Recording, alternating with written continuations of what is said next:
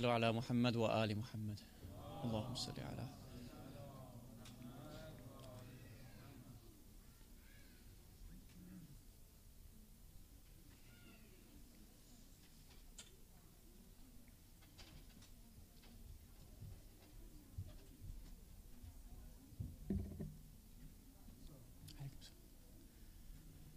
For the love of Abu Fadl Abbas, one loud salawat. Allahumma salli ala Muhammad wa ali Muhammad. أعوذ بالله من الشيطان الرجيم. بسم الله الرحمن الرحيم. الحمد لله رب العالمين. الحمد لله الذي هدانا لهذا وما كنا لنهتدي لولا أن هدانا الله. والصلاة والسلام على أشرف الأنبياء والمرسلين خاتم النبيين سيدنا الممجد بشير المصدق المصطفى الأمجد محمود الأحمد أبي القاسم محمد اللهم صل على محمد وعلى أهل بيته الطيبين الطاهرين المعصومين. ولعن الله على الظالمين من الأولين والآخرين. أما بعد، فقد قال الله سبحانه وتعالى في كتابه المجيد وفرقانه الحميد. بسم الله الرحمن الرحيم. سيقولون ثلاثة رابعهم كلبهم ويقولون خمسة سادسهم كلبهم رجما بالغيب ويقولون سبعة وثامنهم كلبهم قل ربي أعلم بعدتهم ما يعلمهم إلا قليل فلا تماري فيهم إلا مراء ظاهرا ولا تستفتي فيهم منهم أحدا. صلوات. اللهم صل على Imam Zamana. My respected elders, brothers and sisters, Assalamu alaikum jami'an wa rahmatullahi wa barakatuh. The night of Ashura consisted of many different conversations that took place. Some of the conversations that took place were based around the advice and the encouragement that was to be given by different members of the tents and different members of the companions and the family members to each other.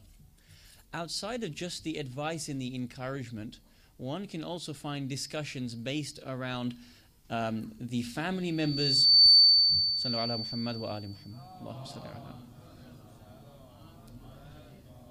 Outside the discussions of advice and encouragement, you can also find discussions whereby the companions were laughing and joking and also enjoying the fact that tomorrow would be the day in which they return back to Allah subhanahu wa ta'ala in such a manner which is achieving the highest state of glory before their creator and their sustainer.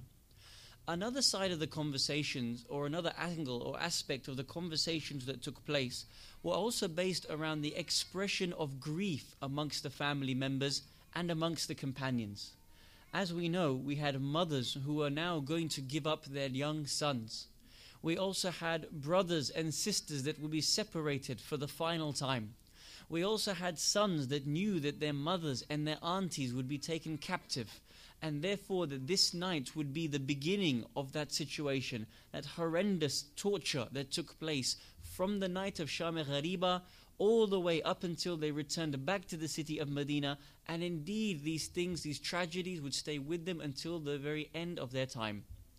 Within this, although there was this grief that was being manifested amongst the people during their conversations, what all the family members and all of the companions were most grieved about, what it is that they were most grieving around, was the fact that their Imam was going to be martyred alone among the plains of Karbala. Now this of course should not be stated without really appreciating the value of this. And you can imagine that if your Imam was sitting in front of you and you knew just a few hours from now that the enemies would surround him, that he would die thirsty, and that he would die with so many arrows placed in his body, that his head would be separated from his shoulders, that although you may be his family members and although you may be his closest companions, but to see your Imam in front of you and knowing that this will take place tomorrow would devastate any one of us, and no doubt thus it devastated the companions and the family members there. The tradition that we want to discuss tonight commences with the Imam Zain al-Abidin salawatullah wassalamu alayhi, the son of Abu Abdullah, the master of the martyrs. And he himself narrates that on the night of Ashura, we were sitting inside the tent. Myself and my auntie Sayyida Zainab and Sayyida Kulthum were sitting inside the tent. Outside the tent, my father, Abu Abdullah, was sitting on a stool and he was sharpening his sword. Whilst he was sharpening his sword, he was reciting a few lines of poetry. He was stating, "O time, how is it that you could be a friend of anyone? But nay, indeed, all of us should have to face our Lord tomorrow." He states, the Imam Zain al-Abidin alayhi salam states that I heard my father repeat this 2 or 3 times that night. And therefore I understood what he was trying to state. He was trying to explain that tomorrow death will come upon us and we shall be separated from each other, and I will have my book of deeds to present in front of my Lord. Imam states that when he heard his father say these words, he began to cry slowly, but that he managed to keep himself. He was not overcome by grief and he did not move from his place. Rather, the tears that fell from his eyes were just silent tears that went down his eyes. His sister Sayyida Zainab, or rather his auntie Sayyida Zainab, who was also sitting in the tent, however, could not control her grief. She leapt to her feet. She ran outside of the tent and she cried out, "How can you say such a thing, my dear brother? How is it that I could survive you? How is it that you could die whilst I am still alive? The grief and the thought of me surviving you is too much for me to overcome." Thus she also states that it feels like only yesterday that my mother Fatima had been killed, and that our mother Ali had been killed, and that my brother Al-Hassan had also been murdered and taken away from us. At this point she tore at her collar and she began to weep so loud.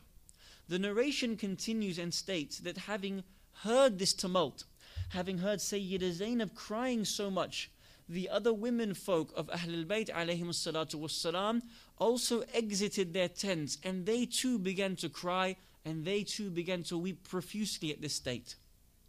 At this point, Sayyida Kulthum, the younger sister of Sayyida Zainab, presented herself in front of Abu Abdullah.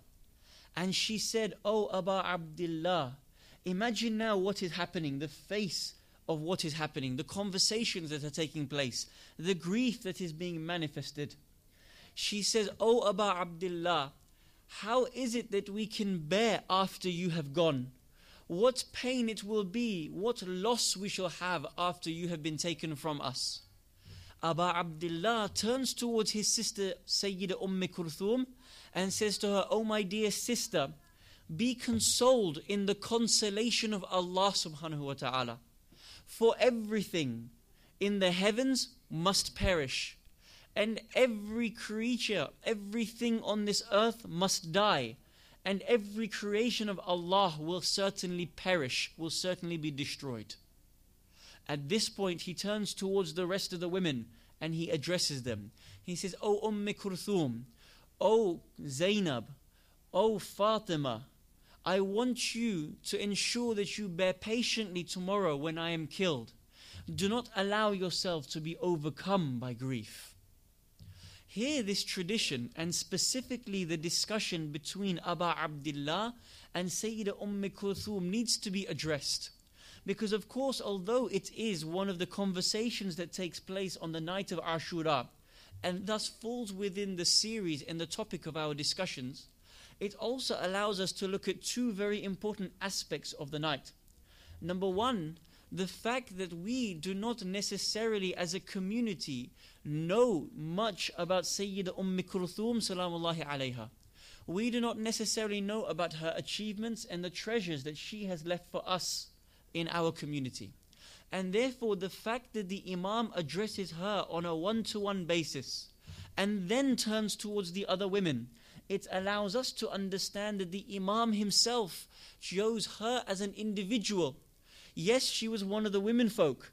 Yes, she was one of the people who would grieve so much, but the Imam took time out upon that night to address her as an individual. And therefore, surely we too should appreciate Sayyidah Kulthum as an individual. This is the first question. The second angle of understanding this discussion is that the Imam, when he spoke to her, although it's a very face value perspective, he actually spoke to her at the very heights of spiritual understanding. At face value, when he responds back to her and says, "O Sayyidah Kulthum, be consoled in the consolation of Allah," one may consider this to be very basic. Have taqwa, remember Allah. Or when he continues to state that, yes, know that everything in the heavens will perish, and everything in the earth will die, and everything in creation will be destroyed, again, we may appreciate this at a very face value perspective. But we have to remember that the Imam is a ma'asum of the highest order. He is the Imam and the Hujjah of Allah subhanahu wa ta'ala for us to appreciate. But his younger sister was also pure in her own way. Was she not born from the pure loins of Imam Amir al-Mu'mineen? Was she not born from the pure womb of Sayyidah Fatima?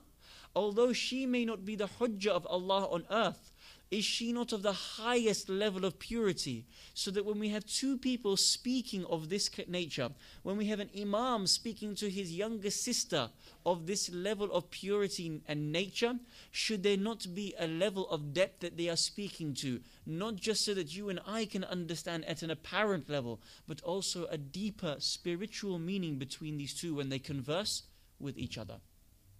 And therefore, the first angle tonight that we want to discuss is the importance of Sayyidah Kulthum to us. And I would like to make a humble point, if I may. And there is no constructive criticism behind this. It's maybe for us to reflect upon so that we may truly understand how much we as a community have separated from Sayyidah Kulthum. How much we as a community have decided not to look after her value, decided to perform a separation from ourselves as an individual and as a community based upon her. We as a community here just behind me are blessed with a dharih room. It is a room that has the shrines of the holy members of Ahlul Bayt ﷺ within them. And therefore we approached the dharih room out of honor, respect and lamentation for what the Ahlul Bayt ﷺ have stood for. We know that these are not idols, and we also know that these are inanimate objects. They do not have any control, nor destiny, nor say over anything. But the fact that I have no current ability to stand before the dharih of Aba Abdullah, that does not stop me from remembering Aba Abdullah in my own way. Within the dharih room, we have specific dharihs, we have specific examples of the dharih in there, and we find that there are examples of a shrine that is dedicated to Sayyidah Zainab, the elder sister. We have a shrine that is dedicated to Sayyidah Ruqayya, maybe Sakina or Sukaina, depending on which language or community you come from, in there. The question I pose as the community, with the most humble of respect, why do we not have a shrine dedicated to Sayyidah Kulthum within there? The reason being is because as a community, as a Shia Ummah, forget the Muslim Ummah, as a Shia Ummah, we have become separated over time from Sayyidah Kulthum. We have stopped remembering her as an individual. Rather, we remember her as part of the story, but we forget her spiritual value, her individual value as a member of the Ahlul Bayt ﷺ. Now, I will pose a very simple question. Sayyidah Kulthum, her real name is Sayyidah Zainab. We have Sayyidah Zainab al-Kubra, the elder daughter of al-Mu'mineen, and Sayyidah Fatima. And therefore we have the younger daughter, Sayyidah Zainab al-Sughra, the younger daughter to al-Mu'mineen and Sayyidah Fatima. They are born just over 1 year apart. Therefore, there are 4 children who survived after al-Mu'mineen and Sayyidah Fatima. There are 5 children, as we know. There is Imam al-Hasan alayhi salam. There is Imam al-Hussein alayhi salam. There is Sayyidah Zainab al-Kubra. and there's Sayyida Zainab as-Sughra, Kulthum. The fifth child, as we know, Muhsin, died in the womb after the enemies of Ahlul Bayt attacked. Now, if there are 5 children, 4 of whom are surviving, the question I would humbly pose, why do we forget the 4th child? Why is it that the scholars and the community as a large, and no individual criticisms, as a large, as an ummah, as a Shia ummah, why have we forgotten the 4th child of Amir al-Mu'mineen and Sayyidah Fatima? I will pose a question to you. If we have 4 children in our family, and maybe we do have 4 children, imagine anyone here has 4 children, would you remember the birthday of 3 children but forget your 4th? Would you remember the death anniversary of 3 of your children but forget the 4th? No, it would be completely unheard of. We would never show this level of disrespect and injustice and oppression to our own child. Therefore, the question needs to be raised is, why does, as a Shia ummah, we forget the 4th child of Amir al-Mu'mineen and Sayyidah Fatima? We would never do this to our own children. Therefore, we now need to consider our level of spiritual connection between us and this wondrous 4th child. How much have we read? How much have we dedicated? How much do our scholars dedicate? How much is it that we actually know and remember and treasure about her achievements for us? If we go back towards who she is and understanding the value of her, because she was probably born in the 7th year after Hijrah, therefore she spent at least 3 odd years with Rasulullah Muhammad sallallahu alayhi wa alihi wasallam. She spent 3 years witnessing revelation. Is there any of us here who could state there could be anything better than to spend 3 years witnessing revelation and spending time with Rasulullah, your grandfather? When we look at it from this perspective, she now has a different level of appreciation because she understands and was witness and participating in what took place during those final years. When it comes to the death of Sayyidah Fatima salamullahi alayha, her mother, according to Sheikh Abbas al-Qummi, he specifically narrates the tears that she shed and the tribulations that she felt after the murder of her mother and the burial process of her mother, to the extent that Shaykh Abbas al-Qummi narrates that Amir al-Mu'mineen spoke to Sayyidah Kulthum about the tribulation of her mother. If we go forward, when we come to Shaykh al-Mufid and his book Kitab al-Irshad, when he narrates the death of the commander of the faithful, on that fateful night when the Mal'un ibn Muljim struck at the head of the commander of the faithful, whose house was Amir al-Mu'mineen breaking his fast at? Sayyidah Kulthum. He was breaking his fast in her house. When you come towards the death of Imam al-Hasan alayhi salam, even she was in the house in those final moments. And therefore, when you look at what she has achieved for us, you find that she is of the heights of Ahlul Bayt. We have a role model for us to take, especially for our sisters. Because if we look at the 14 infallibles, of course the 14 infallibles give to us great role models. But outside of the 14 infallibles, we have people like Sayyidah Zainab al-Kubra, we have Abu al-Fadl Abbas, we have Fatima Ma'suma al-Qum. But now do we also not have Sayyidah Kulthum salamullahi alayha? And therefore, if I want to manifest the verse, قُلْ لَا أَسْأَلَكُمْ عَلَيْهِ أَجْرًا إِلَّا الْمُوَدَّةَ فِي الْقُرْبَى, I do not seek any reward for the things in which I have given to you, the struggles in which I have completed, except for love of my nearest of kin. When Rasulullah says this, we now need to understand and approach Sayyidah Kulthum with her individual rights. When we talk about Sayyidah Kulthum, we mentioned during her lifetime, she was with the commander of the faithful on that last night and gave to him those little bits of morsels of food which he partook in. But Sayyidah Kulthum is also narrated to have done much more during the time of Amir al-Mu'mineen. If we revert now back to the story of the Battle of Jamal, the Battle of the Camel, or also known the Battle of Basra, where Aisha, the wife of Rasulullah, decided to go out and attack Amir al-Mu'mineen. It is narrated that Amir al-Mu'mineen got to a place called Dhiqar. Dhiqar is a place within Iraq where Amir al-Mu'mineen stationed himself in order to await a further number of troops so that they may join with the forces of the commander of the faithful during the battle of Jamal.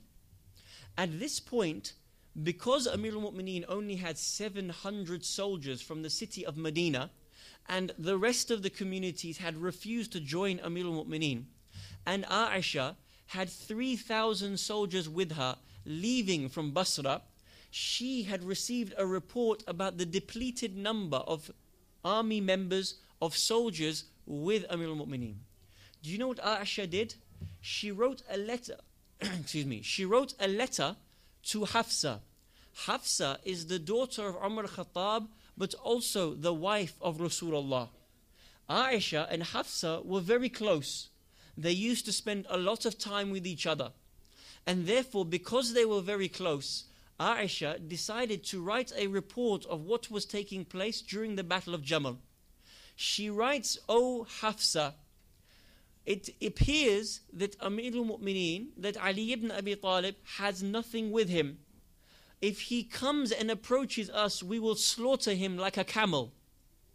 Imagine, this is supposed to be al-Mu'mineen. This is supposed to be the wife of Rasulullah.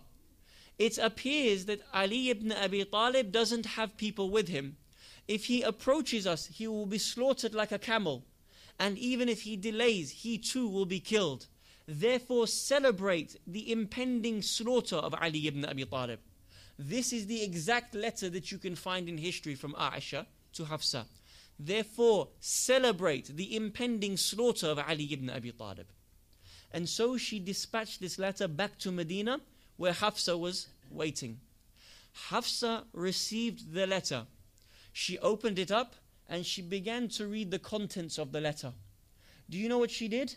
She called the slaves of Banu Umayyah, the women folk of Banu Umayyah, and she called them to celebrate this letter. You know what she asked them to do? To start beating drums inside the house and therefore start dancing and celebrating the impending slaughter of Amir al-Mu'mineen. And as such, she demanded that the women folk recite certain poetry. "Oh look, here comes Ali, here comes Ali. He will soon be killed, he will soon be killed." The women folk of Banu Umayyah gathered in the house of Hafsa, and they too now began to celebrate this letter and the coming of this letter. It is narrated that Kulthum, salamullahi alayha, heard this party, heard this celebration that was taking place in the house of Banu Umayyah. She adorned herself in her jilbab and she walked out of her house, entered straight into the house of Hafsa and spoke sternly towards Hafsa. Do you know what she said? She said, "If you today perform mischief against him, it is the same as if when you perform mischief against his brother Rasulullah. And Allah has revealed about you what He has revealed." At that point, it is narrated, Hafsa took a physical step back. She was shocked. She was overcome by the sternness, by the statement of Sayyidah Kulthum. She took a physical step back and she said, "Enough, enough, you have said what you have said and it is correct." She called for the letter that Aisha had written and she tore it into pieces and she threw it towards the ground. At that point, Sayyidah Kulthum turned back and walked in towards her house. If you want to analyze this, let us look at the spiritual authority of Sayyidah Kulthum. As we stated, there were 700 people with Amir al-Mu'mineen and 3,000 people with Aisha. This was the circumstance of the letter being brought. When Sayyidah Kulthum heard this statement, she walked in and she recounts the words, "If you stand up and perform mischief today against him, it is the same as if you perform mischief against his brother Rasulullah." Why did she state these particular words? Of all the words she could have used any other. Why didn't she say, "How dare you? Do you not know who Ali ibn Abi Talib is? Do you not know that he is the master and the commander of the faithful?" Indeed, if she had used these words, none of us would have stated that she had performed anything wrong. But she didn't say these words. In Arabic, the word she used at the beginning of her statement is لَإِن تَظَاهُوَ عَلَيْهِ. The reason why she used these particular words is because of where you find these within the Holy Quran. If you perform mischief against him, it is the same as if you perform mischief against his brother. When did these words come up in the Holy Quran? If you go towards Surah Al-Tahrim, chapter number 66 of the Holy Quran, verse number 1 to 5, you find the story as to why Aisha and Hafsa have a particular verse from Allah subhanahu wa ta'ala revealed about them, completely disowning them from any goodness. What happens? The verses begin by asking, O Prophet, why do you make haram upon yourself what is halal? Why did this verse in particular be revealed? It is narrated in Sahih al-Bukhari that you find that when Rasulullah would spend time with his other wives, they would become jealous. Aisha and Hafsa would become jealous of them spending time. In addition, Rasulullah used to appreciate a particular type of honey drink. And when he would drink this honey drink, they concocted a plan in order to ensure that Rasulullah would not spend time with the other wives and not drink this drink which he used to love. So they stated to themselves, we will state that Rasulullah's breath smells when he comes back. And as such, when he came back, they concocted this plan. And they said, O Prophet, why do you drink this drink when it makes your breath smell? Rasulullah stated, if this is the case and it makes you upset, I have enough akhlaq not to want to make you upset, and therefore I will stop drinking this honey drink before I come to you. The verse was revealed by Allah. O Prophet, why do you make haram upon yourself what is actually halal? And therefore, Rasulullah was encouraged by Allah to actually perform the better action than the worse action of actually listening to Aisha and Hafsa and their mischief mongering. The verses continue whereby it states that you should return back to Allah for forgiveness. And if you two continue to back each other in mischief, these are not my words, these are the words of Allah subhanahu wa ta'ala. If you continue to back each other up in mischief, then Allah is the guardian of Rasul. Not only Allah, also the Archangel Jibreel is the guardian of him. And the most righteous amongst the servants of and the most righteous amongst the believers is against you. And so are all the rest of the angels also against you. These words that were revealed also are identical to the words that were revealed by Sayyidah Kulthum. If you two back each other up in mischief, then Allah is his guardian, not your guardian. Jibreel is his guardian, not your guardian, O Aisha and Hafsa. Similarly, Sayyidah Kulthum uses exactly the same words. If you also perform this mischief against him, it is the same as when you perform mischief against Rasulullah, and Allah has revealed about you what he has already revealed. At that point, Hafsa took a step back, completely overcome and blasted by what Sayyidah Kulthum had stated. She had spoken the truth. She knew Quran. She had presented herself in front of all of Banu Umayyah. She was not overcome by anger. She controlled her tongue. She revealed and recited the verses of Quran, and therefore completely destroyed the position of Aisha and the position of Hafsa. Ultimately, what was she really saying?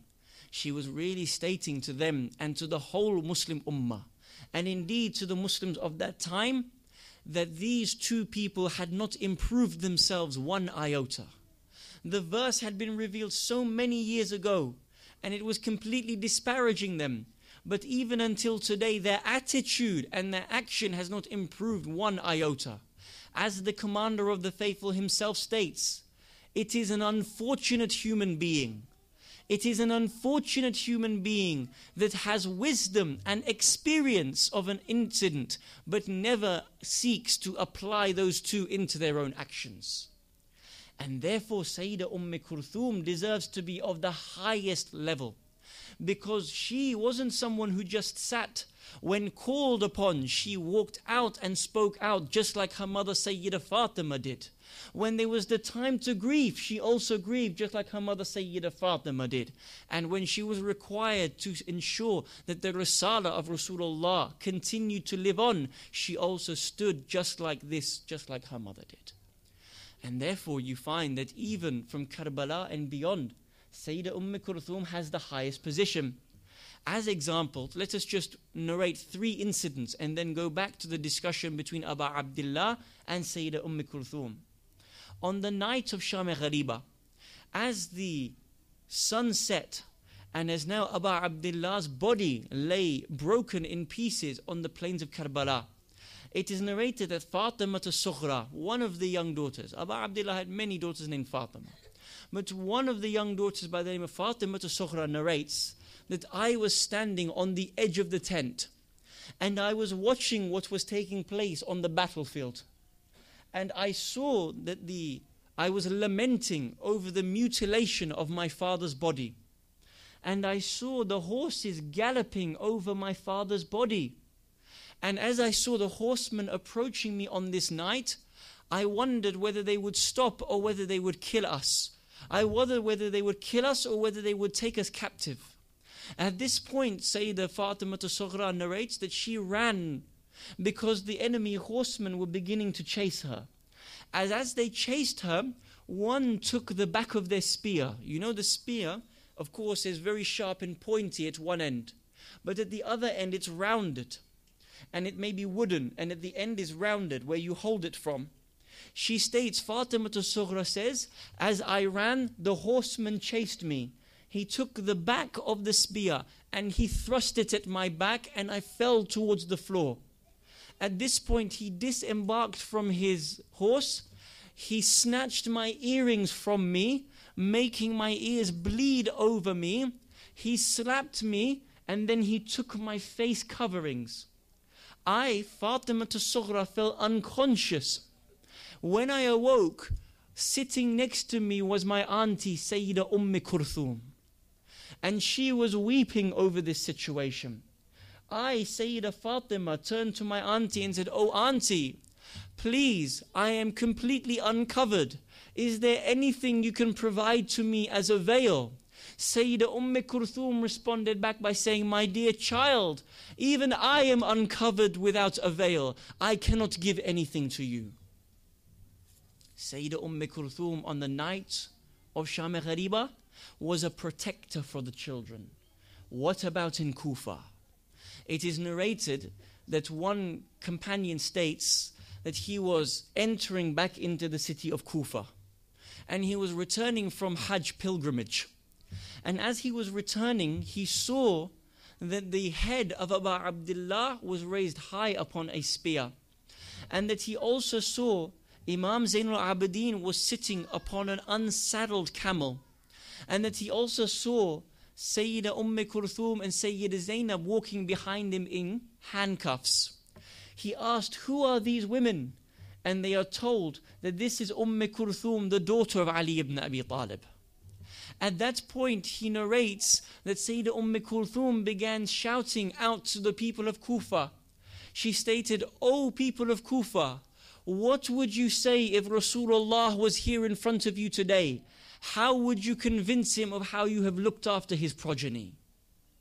Sahal ibn Sa'ad, the elder companion, one of the last 5 companions of Rasulullah to die, Sahal ibn Sa'ad narrates that when he stood in the city of Kufa and he saw Sayyidah Kulthum, he wept so profusely and narrates that she was clambering, hoping to find anything to cover her face with. What about in Damascus? What about when she was even in the city of Damascus? As they were approaching the city of Damascus, as they were entering towards the Great Gate, if you've ever been towards Syria on Ziyarah, you will know that there is the Great Gate as they enter into, and where you find that all the shops are on one side and on the other side. If you have been, please remember that time when you first walked in through that gate and the grief that you felt. Sayyidah Kulthum is being taken towards this particular gate. You know what she states? She turns to Shimr. Shimr bin Dil-Joshan, the greatest mal'oon in history. She turns towards Shimr bin Dil-Joshan and says, "Oh Shimr, I request of you two things. Please take us through the gate in which the least amount of people are waiting. And please put their heads in front so that they look at the heads and they do not look at us, the women who are unveiled." Shimr did exactly the opposite. She states that Shimr made us walk through the busiest of gates, and Shimr put each one of the heads in between the women, and between me was Abu Abdullah and Abu Fadl Abbas. And that's how we entered into the gates of Damascus. What about when they entered into the city of Medina? As they entered into the city of Medina, she also has her most famous of poetry, that I would dare say that no alim and no zakir refuses to state except on the day of Arba'een. As they walk into the city of Medina, she famously cries out, "O city of my grandfather, do not accept us. Because when we left you, we had many of our kith and kin, but when we have returned with none of our men and none of our protectors." She goes towards the gates of the mosque. She puts her hand on the two doors, on the two doorknobs, and she cries out, "I am Sayyida Kulthum, the daughter of Rasulullah. We have returned without Abu Abdullah." These are the treasures that we find of Sayyida Kulthum that has been given to us. This is how much she is narrated in history. And therefore, brothers and sisters, if we truly want to understand her, the responsibility falls upon ourselves. The responsibilities fall upon our leaders and upon our ulama to deliver us a better understanding of Zainab al-Sughra, salamullahi alayha. Sallu ala Muhammad wa ali Muhammad. And therefore, you find that on this night of Ashura, Abu Abdullah comes and speaks to her as an individual. All of the women are narrated to have been out crying, beating their chest, tearing at their collar, slapping their thighs. Kulthum turns to Abu Abdullah and says the most precious of words, "O Hussein, how much we stand to lose after you." And Abu Abdullah turns back to his younger sister and says, "O Sayyida Kulthum, be consoled by the consolation of Allah. For everything in the heavens will perish, and everything in this earth will die, and all of creation will be destroyed." Why did this exchange take place? As we stated, number one, I'm sure Abu Abdullah wanted his lovers, his community, to know of the value, the individual value of Sayyida Kulthum. But I want you to recall how high a standing these two people had, and what level of discussion must have been taking place beyond the apparent words. Why did Abu Abdullah say to his younger sister, "Be consoled by the consolation of Allah"? According to one of the ulama, there is no place in history where a ma'soom says these words to another human being.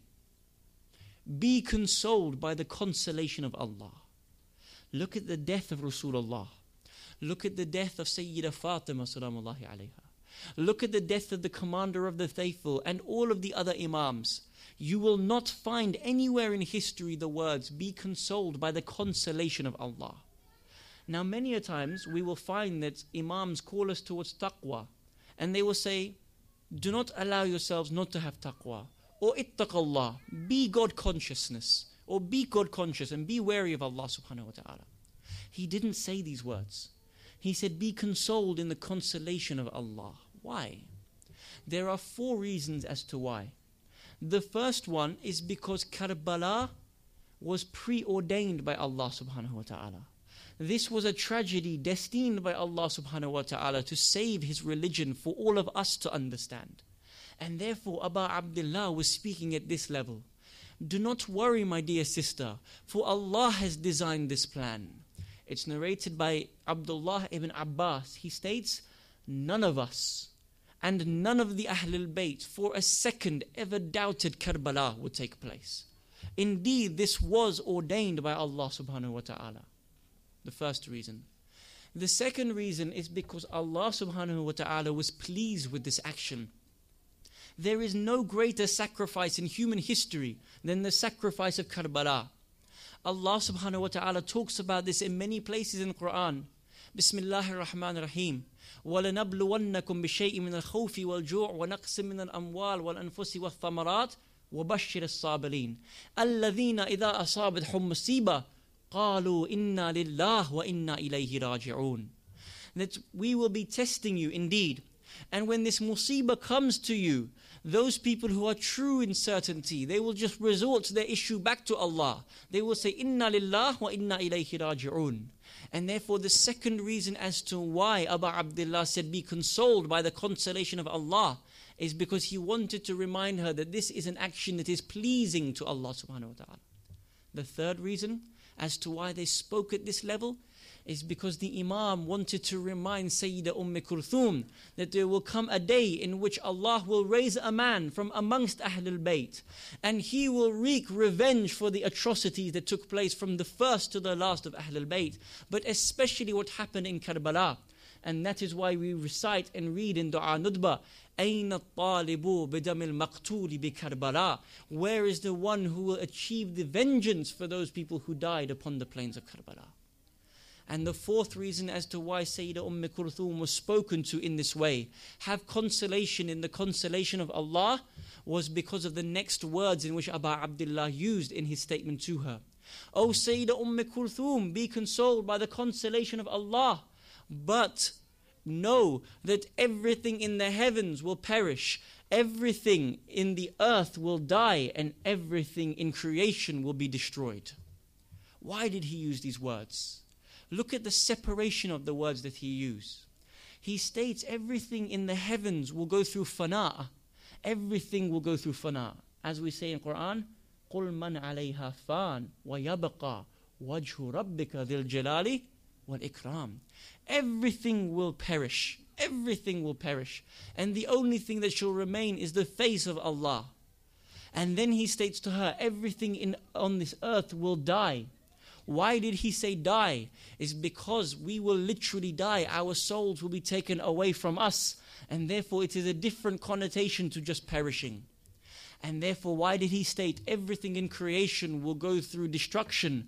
It will be because whether you are the moon or whether you are Jupiter, as Allah subhanahu wa ta'ala talks about it, إِذَا ذُلْزِلَتِ الْأَرْضُ زِلْزَالَهَا, that everything will be completely destroyed before our resurrection, before Allah subhanahu wa ta'ala. And therefore he was speaking at this level, but at face value. But he was speaking much more in depth to Sayyidah Kulthum. What did he want her to know? He wanted her to know that what is the next stage? After death occurs, what is the natural next stage? Death is a certainty, but the certainty will take place on the day of judgment. And therefore be consoled in the consolation of Allah. As he states in chapter 3, verse number 25 of the Holy Quran, how shall it be on that day when they are raised and they shall not be dealt with in a second unjustly, and they shall be rewarded with exactly that which they have earned. Do not worry, Sayyidah Kulthum. Umar ibn Sa'ad will get his on the day of judgment. All of them will get theirs. Shimr will get theirs on the day of judgment. Khuli will get theirs on the day of judgment. Be consoled in the consolation of Allah. We are victorious, and they will become the losers on the day of judgment. And therefore, when you speak at this level of Sayyidah Kulthum, at face value, the conversation was for us. But indeed, Sayyidah Kulthum was a human being. She needed comfort from the pains of knowledge that her dear brother would be killed tomorrow. And therefore the Imam spoke at this duality of a level. He spoke to her on a level that would be apparent for you and I to appreciate, but also on such a deeper spiritual plane that the lady herself, salamullahi alayha, could return back to her tent, safe in the knowledge that she too would definitely become victorious for her struggles. I want to reiterate the point, brothers and sisters. For Sayyidah Kulthum is no ordinary personality. We should knock at her door for intercession. We should ask for the opportunity to know her better. We should ask for the opportunity to perform her ziyarats. And we should ask for the true understanding of her sacrifices from the night of Sham Ghariba all the way back until the city of Medina. All the way from Sham Ghariba all the way back to the city of Medina. It is narrated by the poets that as the night took place and as all of the people were settling down, the companions and the family members began to settle down, and the incident slowed, and people were now waiting for Fajr Salah. It is narrated by the poets that a small whimper, a cry, could be heard from Sayyidah Kulthum's tent. At that point, Abu Fadl Abbas walks past and hears that his dear sister is crying. And he enters into the tent and says, "Oh, my dear sister, why is it that you are crying on this night?" And she responds back by saying, "Oh, my dear brother Abu Fadl Abbas, I am crying because I feel embarrassed as to what is going to take place tomorrow. I cry because each and every one of the women folk here, they have someone they are able to give away in sacrifice. Sayyidah Zainab, she has Own and Muhammad. Farwa has her children. Layla has her children. I do not have anyone to give away because I do not have any children. And therefore I am crying because I feel embarrassed that tomorrow I will meet my mother Fatima. And how will I present myself in front of her when I have not managed to have given anyone for the sake of Hussein?" Abu Fadl Abbas is narrated to have turned round to her and said, "Oh Kulthum, oh my dear sister, do not worry, for tomorrow I will become your sacrifice. I will give away myself in front of you, and you can stand proud on the day of judgment before our mother, and you will be able to stand in front of her and say that I gave away Abu Fadl Abbas upon this night." It is narrated that one of the incidents that took place on the night of Ashura is that Zuhair ibn Qayn was sitting with Abu Fadl Abbas, and Zuhair says towards Abu Fadl, "Oh Abu Fadl, do you know why you were born? Do you know why Ali ibn Abi Talib went and sought Aqil, who was a master of the genealogies, so that you could specifically be born?" He says to him, "Oh Zuhair ibn Qayn, I know why I have been born, but please recount it for me because you were present at that time." Zuhair says, "You were born for the sole reason to protect Aba Abdullah. Your reason was to go out and be that sacrifice, be the arms of Ali ibn Abi Talib, and therefore he found your mother al-Banin. She was from a tribe that were known as warriors, and therefore you were born into this quality. Oh Abu Fadl, do not let anyone down tomorrow, because indeed Ali ibn Abi Talib and Banin are awaiting the news of how you are on the 10th of Muharram. Please, brothers and sisters, Abu Fadl, he is the door towards Allah. If you have any requests tonight, as you are weeping for Abu Fadl, as the arms fall down of Abu Fadl, and as the spears are embedded into the body of Abu Fadl, and as the eye is torn out by the arrow for Abu Fadl, raise your heads and look towards the sky and ask Abu Fadl to intercede for whatever it is that you want tonight. For by Allah, you will not come up short. Inshallah, Abu Fadl will be there for us. Abu Fadl responds back towards Zuhair ibn Qayn. He says, "Oh Zuhair, I swear by Allah, no one will see anything like what I will perform tomorrow. No one will understand the valiancy that I have. No one will understand what trials and tribulations go through my heart. I swear to you, O Zuhair, you will not see anything except what I have to perform upon that day." And this was Abu Fadl Abbas's testimony to what he was going to do tomorrow on the 10th of Muharram. It is narrated, brothers and sisters, it is narrated that Abu Fadl Abbas comes towards his brother Aba Abdullah, He comes towards him on the 10th of Muharram. He comes once and he comes twice and a third time. And each time he comes to him, he asks permission to go towards the battlefield. He says to him, "Oh my dear brother, oh my master, I want to go towards the battlefield, for I have seen each member of Banu Hashim go out. I have seen Ali Akbar. He has returned back. He has had a spear embedded into his chest. I have seen only Muhammad go. I have seen Qasim go. But I have not been given permission to go out and attack the enemies."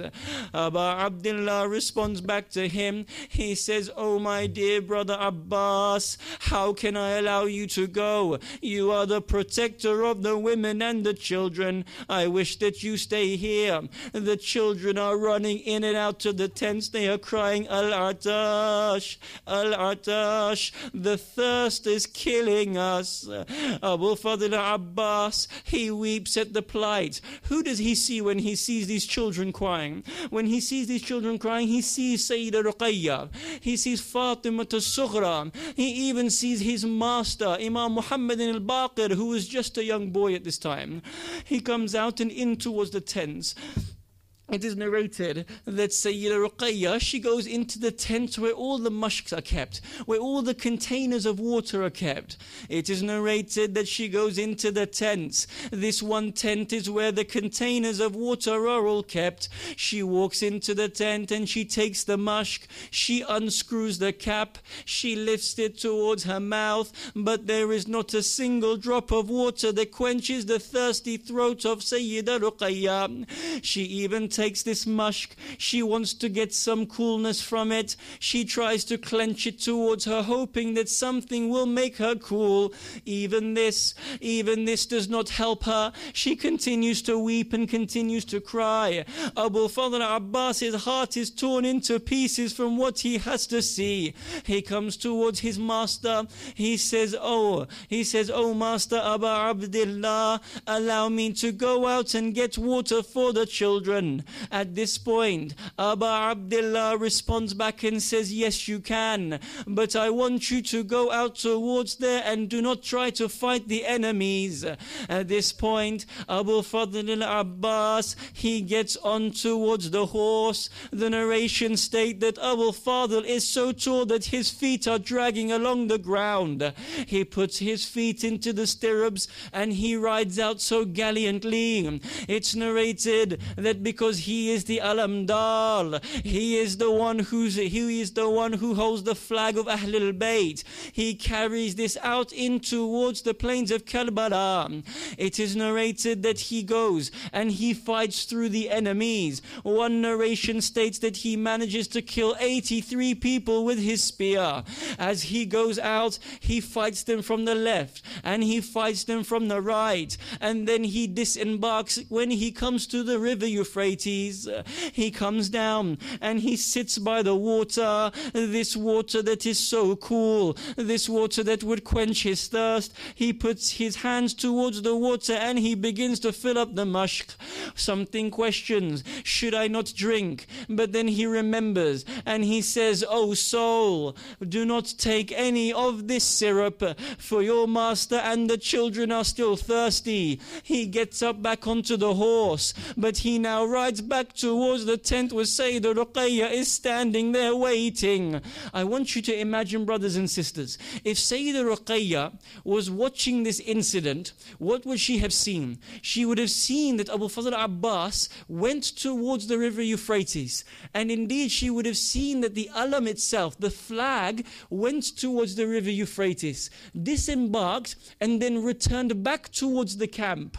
When she would have seen this, what would she have imagined? She would have been looking forward to the water. She would have said to herself that the water is coming. My uncle Abbas has not failed me. Indeed, this burning throat will be quenched. My little Ali Asghar's throat will be quenched. Fatima's throat will be quenched. Maybe there is some water for Muhammadin al-Baqir. I want you to imagine what she would have done. Would she have taken the children and brought them out and said, "Look, my uncle Abbas, he will not fail us. Abbas, he is returning. Come look, I see the alam coming back towards us. Let us stand outside waiting for the return of our uncle, for he is bringing us that quenching water. Abu Fadl al-Abbas is returning back towards the camps. As he's returning, he is coming from attacks from the right and coming from attacks from the left. As they attack him, they come at him with swords and they come at him with spears. They throw rocks and stones, they throw arrows into his body. But as he returns, he speaks to his soul and he says, do not fear any of these things, for the water is going to quench my young niece's throat. At this point, one enemy comes forward. He is narrated to have been hiding behind a tree. As he was hiding, because they could not stop Abu Fadl Abbas ibn Amir al-Mu'mineen, they stand behind the tree. One man takes the sword, he raises it so high, this accursed sword comes down as Abu Fadl Abbas is riding past him. The sword, it strikes the right arm of Abu Fadl Abbas. The right arm falls towards the ground. At this point, he takes the flask, he puts it into his left hand, and then someone comes from the left hand side. Again, the cowards cannot fight this lion of Allah. They come from the side. He takes his sword, he raises it high and strikes the left arm of Abu Fadl al-Abbas. It falls towards the ground. He takes the mushk, he puts it in towards his mouth. Still at this time, the alam, it is flying so high. Sakina, she does not know what is happening to her uncle at this time. She is still waiting for the water to come and quench her thirst. At this point, the mushk is in the mouth of Abu Fadl Abbas. One enemy comes and he strikes an arrow, and he comes and he strikes the arrow at the mushk. The mushk splits open. The water that should be quenching the thirst of Sayyida Ruqayya comes towards the floor, and now the hopes of Sayyida Ruqayya are torn to pieces, just like the mushk has been torn to pieces. One more arrow is due to be sent, brothers and sisters, and you know where this arrow is going to be pierced. This is the arrow that went into the eye that used to look at Amir al-Mu'mineen, the eyes that used to look at Imam al-Hasan, the eyes that used to look to Abu Abdullah. One man comes with the arrow. It is narrated that when they captured Hurmala and when they were going to kill Hurmala, they asked Hurmala, tell us about the arrows that you struck on the 10th of Muharram. He says, one of the arrows that I struck on the 10th of Muharram was the arrow that embedded itself into the neck of Ali Asghar. But the other arrow that I struck was the striking of the arrow into the eye of Abu Fadl Abbas. This eye comes, this eye is looking towards the tents, but they take this arrow and it flies through the air and it embeds itself into the eyes of Abu Fadl Abbas. Abbas begins to bleed all over himself. He says to himself, how can I go back when the water is gone? How can I show Sayyida Ruqayya my face when it is like this? He says, oh soul, turn into the crowd to fight them, for you will die fighting the enemies of Ahlul Bayt. At that point, they come and he is struggling upon his horse. One narration states that a spear was thrust into the chest of Ali, into the chest of Abu Fadl Abbas. He falls towards the floor. The enemies do not stop there. They take their swords and they begin to strike Abu Fadl Abbas as he's upon the ground. He is bleeding profusely, but he finds one more strength to call out towards Abu Abdullah.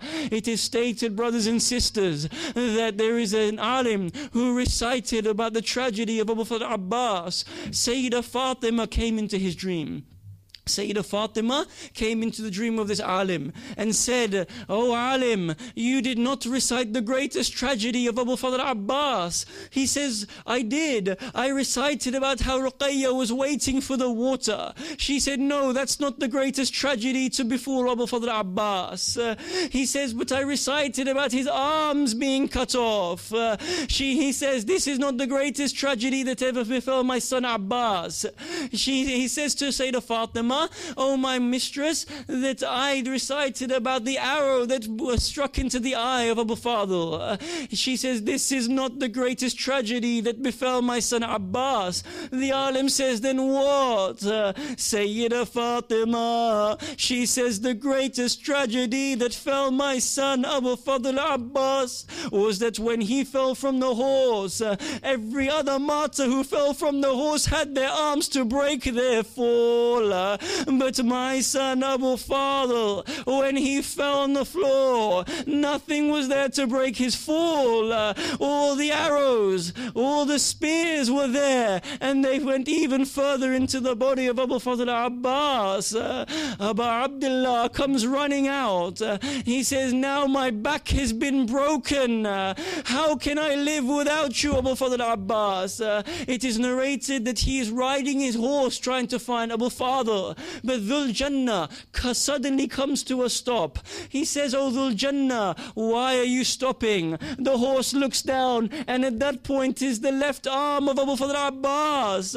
And he continues to ride on. And at this point is another time it stops, and this is the right arm of Abu Fadl Abbas. Eventually he finds the broken body of Abu Fadl lying upon the floor. He gets down and he puts the head of Abu Fadl Abbas into his lap, and they begin to converse. He begins to wipe the blood away from his eyes. He begins to wipe the blood, but Abu Fadl Abbas takes his head and he tries to move his head out of his brother's lap. His brother says to him, Abu Abdullah says to Abu Fadl, "Oh Abu Fadl, why are you trying to remove your head from my lap?" He says, "Oh Abu Abdullah, right now my head is in your lap, but in just a few minutes time, how will your head be? In whose lap will your head be in just a few minutes time?" At this point they speak for their final moments. Abu Fadl Abbas says, "Oh my master Hussein, oh my dear master Abu Abdullah, I have one final request for you." He says, "Whatever it is I will give." He says, "Do not take my body back to the tents. I cannot face that Sayyidah Ruqayya will see me in this state, having not been able to bring the water back for her." At this point, Abu Abdullah says, "I will grant you your wish, but I too have one last wish for you. All your life you have called me by master. You have never called me Akhi. Please, in these last moments, I ask you to call me your brother." Abu Fadl says, "Assalamu alayka ya Abu Abdullah. Peace be upon you, Abu Abdullah, my Akhi, my dear brother." At this point, Abu Fadl Abbas, his soul is taken from him. His soul is returning back to Allah. His thirst is quenched by Ummul Baneen's mistress, Sayyidah Fatima, comes towards Abu Fadl Abbas. There is a narration that states that there is one alim by the name of Sayyid Bahrul Ulum. Bahrul Ulum is narrated to have been the keeper and the master of looking after Bainul Haramain. As Bainul Haramain was continuing to be rebuilt, he was looking after the project which ensured that the grave, the dali of Abu Fadl Abbas, was made whole again. It's narrated that one of the workers came towards him and said to him, "Oh Sayyid Mahdi Bahrul Ulum, we always hear that Abu Fadl Abbas was so tall that even his feet used to come upon the ground. When I've looked and when I was cleaning the dali and fixing the dali, I found that the grave of Abu Fadl Abbas was so small. It was so small that I didn't understand how we can have a narration that describes him to be so long and so tall. How is it that we can have this?" Sayyid Mahdi Bahrul Ulum begins to weep. He turns towards the man and says, "Oh man, it is true that Abu Fadl Abbas, he was so tall, but this is the atrocity which which befell him on the 10th of Muharram. They did not stop cutting his body into pieces. They chopped him up so much that when Imam Zain al-Abidin came back to bury him, it was nothing more than just bits of pieces of the body of Abu Fadl Abbas that could be buried in the plains of Karbala. Ala la'natullahi ala al-qawmi al-zalimeen. Please raise your hands and join me in dua.